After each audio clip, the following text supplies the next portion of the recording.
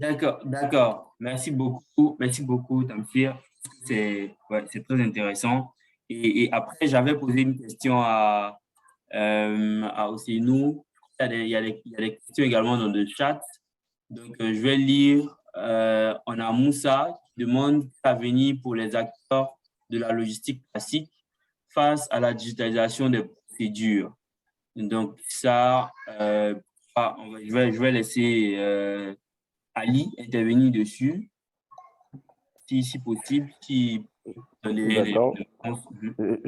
Je peux partager un peu rapidement mes avis et puis laisser les experts un peu plus poussés en la matière, Tamsir et les autres intervenir sur ça. Mais globalement, au fait, je pense quel avenir, de façon générale, bien avant la pandémie, la tendance quand même au niveau de la mondialisation, au niveau de tout ce qui est opportunité, montrait que tout tendait vers la digitalisation. Au-delà de la logistique, aujourd'hui, tout tend à se digitaliser. Donc l'avenir, je dirais, aujourd'hui des acteurs classiques, c'est de se digitaliser. On le voit déjà dans nos pays francophones avec des entreprises comme Camtar qui arrivent aujourd'hui, comme PAPS, qui arrivent à convaincre des propriétaires de gros camions de venir référencer leurs véhicules sur leur plateforme afin de bénéficier des revenus que ces plateformes-là peuvent générer. Donc, moi, je dirais globalement, c'est de se digitaliser. S'il n'y a pas la compétence en interne, c'est de faire appel à des consultants, c'est de recruter des personnes qui peuvent apporter ces expertises-là. Mais une entreprise aujourd'hui ne gagnerait rien du tout à rester dans le système classique, à se dire, non, on l'a fait pendant 20 ans, on l'a fait pendant 30 ans, ça a marché, on a l'expertise sur le domaine, mais il faut vraiment se digitaliser. Car aujourd'hui, le consommateur tend de plus en plus à chercher sur Internet, c'est la destination première avant d'aller chercher à côté. Et c'est beaucoup plus facile en plus. Alimentation. Donc, je cherche tel type de véhicule. Tamsir le disait, j'ai juste à me rendre sur une plateforme, je peux avoir tous les éléments, j'ai juste à renseigner. Et de façon automatique, l'intelligence artificielle me permet d'avoir les informations. Donc, je ne vois pas pourquoi je vais laisser ces éléments-là pour aller me mettre à chercher à gauche, à droite des prestataires au fait de façon physique. Alors, ça se fait maintenant encore, mais de plus en plus, on va être vraiment sur des portées au niveau digital. Donc, ces entreprises gagneraient fortement à se digitaliser. Et ça, je pense que ce n'est plus une question de vouloir ou ce n'est plus un plaisir, mais c'est que ça devient une nécessité pour ces entreprises logistiques, mais aussi pour toutes les entreprises d'ailleurs, et pas uniquement au niveau logistique. Donc ça, c'est mon petit apport sur cette question-là.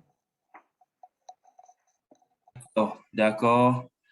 Intéressant. Parce que moi, c'est une question que j'avais voulu poser. Donc, je pense que je vais l'afficher en même temps. Donc, comme tu as expliqué, c'est vrai que les entreprises gagneraient à se digitaliser, mais les grandes entreprises qu'on connaît, essentiellement en Côte d'Ivoire, ne sont pas vraiment optées côté digital. Donc, ce que moi, je veux savoir, c'est est-ce parce qu'elles ont déjà les marchés qu'il faut et ou encore c'est juste une histoire de mentalité où on considère toujours la logistique comme étant voilà, le dernier souci, le centre des coûts et tout. Je vais laisser M. Ousseynou répondre à ça, puisque lui, il est dans la logistique physique. Il pourra nous donner plus d'informations.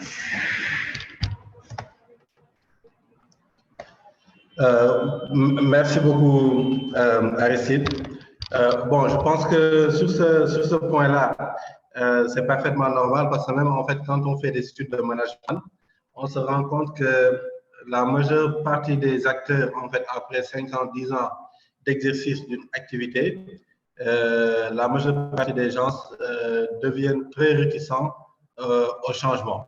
Et je pense que c'est ce qui se passe pour certaines entreprises ivoiriennes et même des entreprises sénégalaises.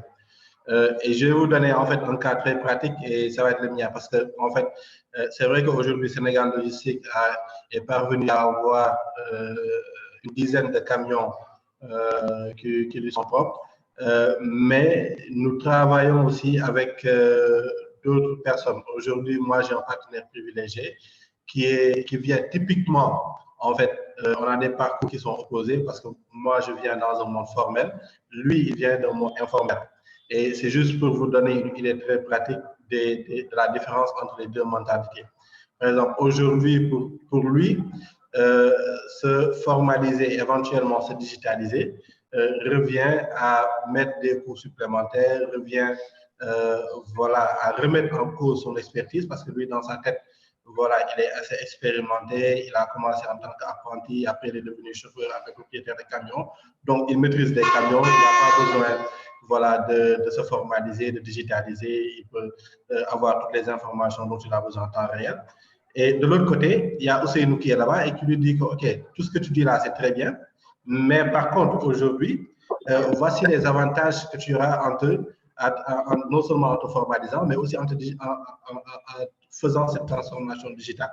Et un exemple très simple. Aujourd'hui, il y a tous les camions de Sénégal Logistique qui parviennent à être traqués par les clients. Si j'ai un client, je lui envoie un lien et à partir de ce lien, il peut suivre l'ensemble de son expédition. Et ça, c'est une transformation digitale, c'est une innovation qui me coûte bien sûr beaucoup plus cher, mais qui me permet de fidéliser mes clients, mais en même temps qui me permet d'avoir d'autres clients parce qu'un client satisfait peut amener 10 autres clients.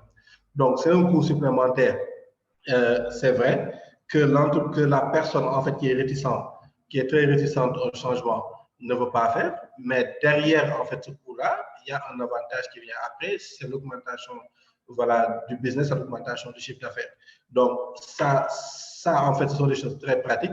Aujourd'hui, lorsqu'on va même dans la gestion du carburant des camions, avant, ce qui se faisait par les anciens transporteurs, les anciens acteurs logistiques, c'était ils essayaient de mettre un cadenas sur les réservoirs de telle sorte que les chauffeurs n'avaient pas la possibilité de puiser du carburant, de voler le carburant. Mais ce que les chauffeurs faisaient, ils allaient directement dans la jonction qui se faisait entre les réservoirs et le moteur, ils enlevaient le câble et laissaient couler le gasoil. Donc, toutes ces techniques-là étaient facilement voilà, était facilement utilisé par les chauffeurs pour pouvoir faire ce qu'ils voulaient faire au détriment des propriétaires de camions. Mais la transformation digitale, ce qu'elle va te permettre, c'est de mettre des sondes dans ton réservoir, de telle sorte que tu restes chez toi. À partir du moment où un réservoir se vide, ne serait-ce que de 5 ou bien de 10 litres, automatiquement, tu reçois une alerte qui te dit que le réservoir a été vidé de 10 litres, de 5 litres, de 20 litres. Donc, ça aussi, ça a un avantage considérable parce que là où on se faisait peut-être voler 100 000, 200 000 le mois, on paye peut-être 20 000 ou bien 25 000 de coûts supplémentaires le mois pour pouvoir éviter des vols à autour de 200 000 ou bien à autour de 300 000 le mois. Donc, je pense que la raison pour laquelle les entreprises sont réticentes, c'est parce qu'elles n'ont pas encore voilà, prennent connaissance en fait des avantages d'être digital, ça te permet de faire une meilleure gestion. Et dans le monde actuel, on te dit souvent qu'ils maîtrisent l'information, maîtrisent le monde. Donc, en ayant les informations qu'il faut en temps réel, en ayant les rapports, ça peut te permettre un peu d'ajuster tes différents plans d'action, de pouvoir réorienter les stratégies, de pouvoir faire un suivi. Mais le plus important, ça permet aujourd'hui aux clients d'être beaucoup plus satisfaits par rapport au service qu'ils reçoivent. Aujourd'hui, nous, au niveau de Sénégal Logistique, quel que soit le service qui est donné, aussi minime que le service puisse être, on te donne la possibilité de pouvoir traquer ton shipment. Et c'est la raison pour laquelle, automatiquement, lorsqu'il s'agit de faire un travail similaire, comme Tamsir l'a dit tantôt, le client ne va pas se poser mille et une questions. Il va se dire tout simplement, avec Sénégal Logistique, j'ai la possibilité d'avoir ce end-to-end follow-up, d'avoir ce suivi-là. Donc, pourquoi me casser la tête pour aller chercher autre chose? Donc, l'important aujourd'hui, c'est de sensibiliser ces personnes-là, de leur dire que la transformation digitale permet d'aller plus vite, la transformation digitale permet de faire du cash-service, mais aussi la transformation digitale permet de renforcer la qualité du service, d'être beaucoup plus compliant et aussi d'être beaucoup plus à même de pouvoir concurrencer avec des entreprises multinationales qui sont là. D'accord, merci beaucoup. Donc, on va laisser en même temps Aboulaye écrit dans le chat rebondir en même temps sur votre. Donc, Aboulaye, Oui. si vous êtes là, vous pouvez rebondir. Oui, je suis là. Merci Aristide. Bonjour à tous. Donc, je suis consultant IT dans la supply chain et les sujets de digitalisation de la supply chain m'intéressent énormément et je travaille dessus. Du coup, juste par rapport aux propos, Ousseynou, je te remercie encore au passage, hein, je t'avais interviewé il n'y a pas longtemps. Juste une question, donc là, on dit que les acteurs doivent se digitaliser, la digitalisation doit créer des opportunités, mais maintenant, si je me considère comme un petit acteur informel, disons au Sénégal, je n'ai pas eu une formation de supply chain, mais comme a dit Ousseynou, j'ai été apprenti dans un camion, j'ai été chauffeur et finalement, je suis devenu propriétaire de camion. Donc, à aucun moment de ma vie, j'ai été sensibilisé à la digitalisation. Donc, si aujourd'hui, je cherche à me digitaliser, comment je peux faire? Est-ce qu'il y a de l'offre?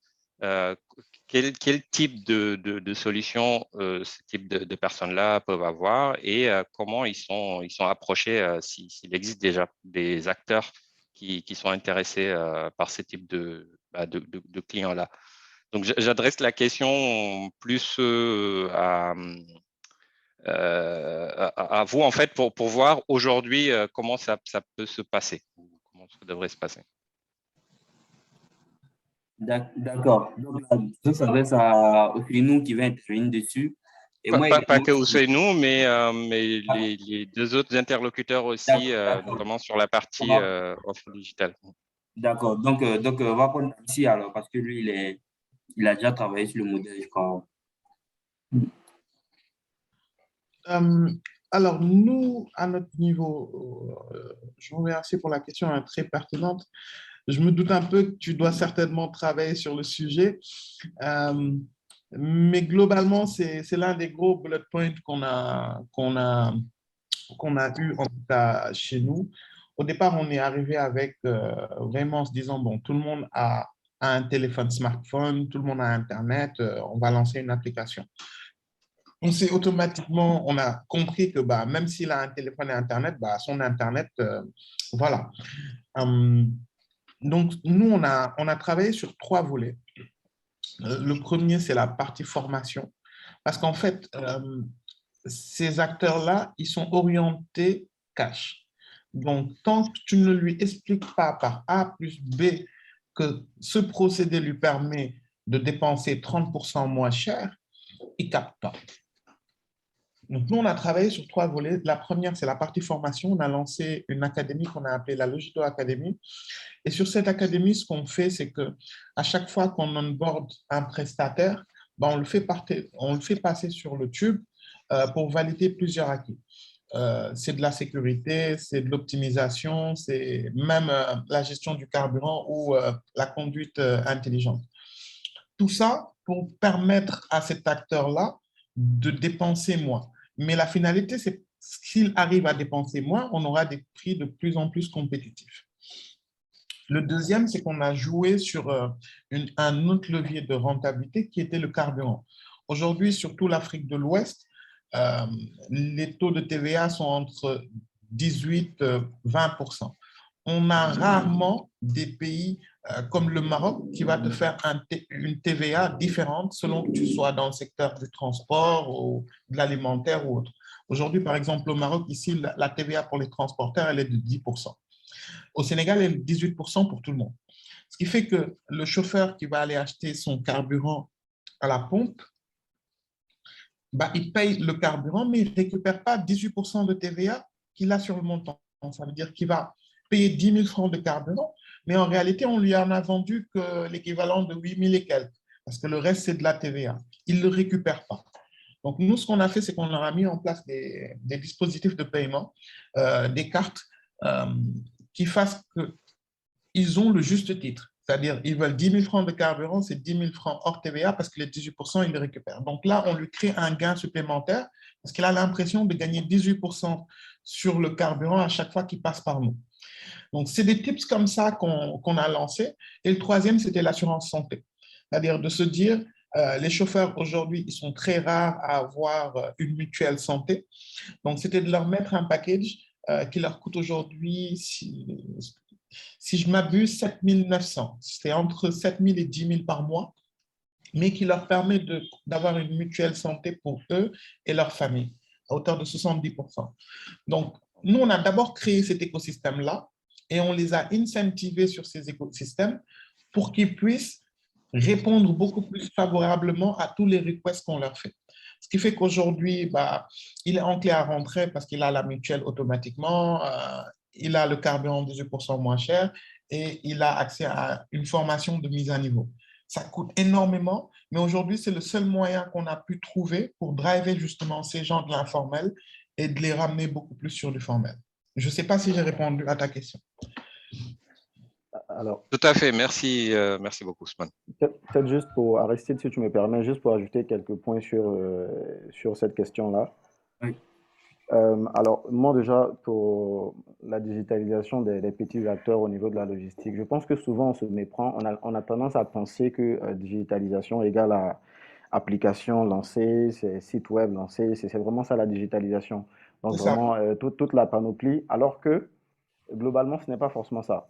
Ok. Pour un petit acteur, moi je pense que ça peut juste être, par exemple, commencer par créer des comptes sur les réseaux sociaux. Ça peut être créer un site web qui donne de la visibilité à l'activité, à ce qu'on fait, communiquer, faire en sorte que lorsqu'on tape le nom de l'entreprise en ligne, on puisse être visible. Mais renseigner des annuaires en ligne, créer un compte Google My Business pour qu'on puisse voir, l'entreprise puisse être référencée. Tout ça, c'est de la digitalisation, mais vraiment à petite échelle qu'une petite structure peut faire. Parce que tout ne rime pas avec application lancée, système et toute la chaîne complètement digitalisée.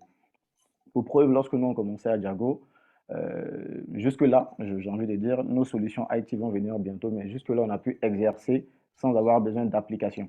OK?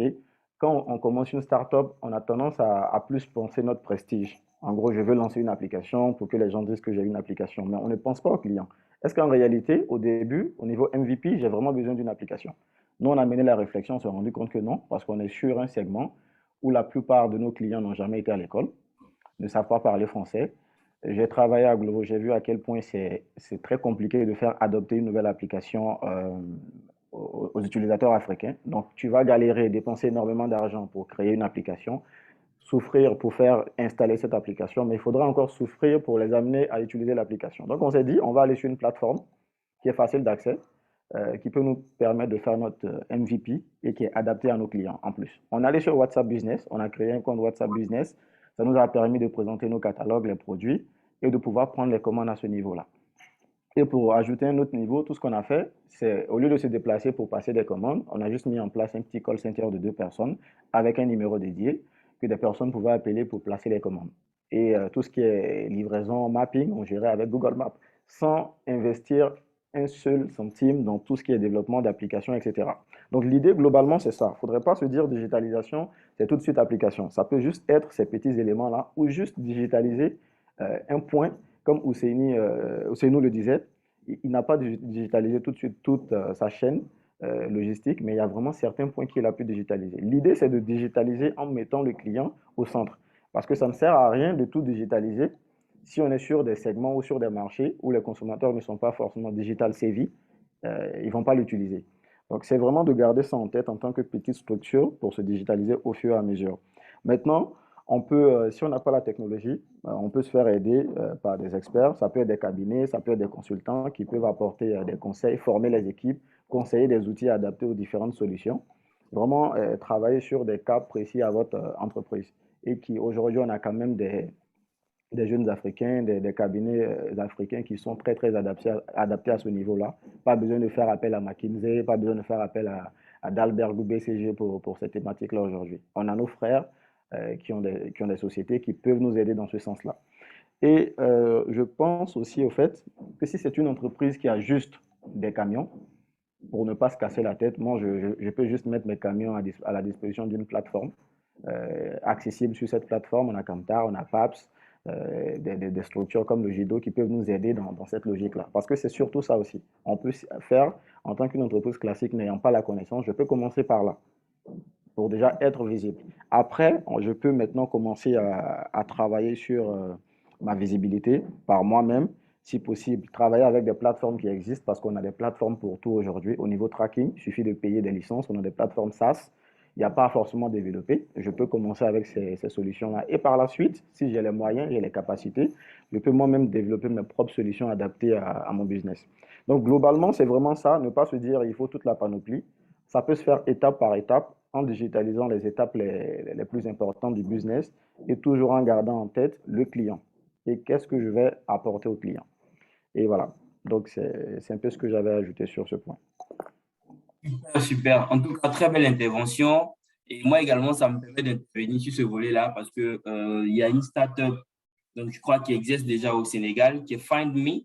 Je ne sais pas si vous connaissez déjà Tamsi et Ousseynou et tous ceux qui sont au Sénégal, mais Oui, tout qui à fait. permet en fait, voilà, à résoudre un très gros problème d'adressage pour les livraisons, donc des coursiers. Ce qui est très intéressant parce que j'ai trouvé que cette plateforme aidait déjà les différents acteurs, les particuliers, les entreprises, à pouvoir en fait avoir des codes d'adresse pour les différentes rues en fait partout au Sénégal.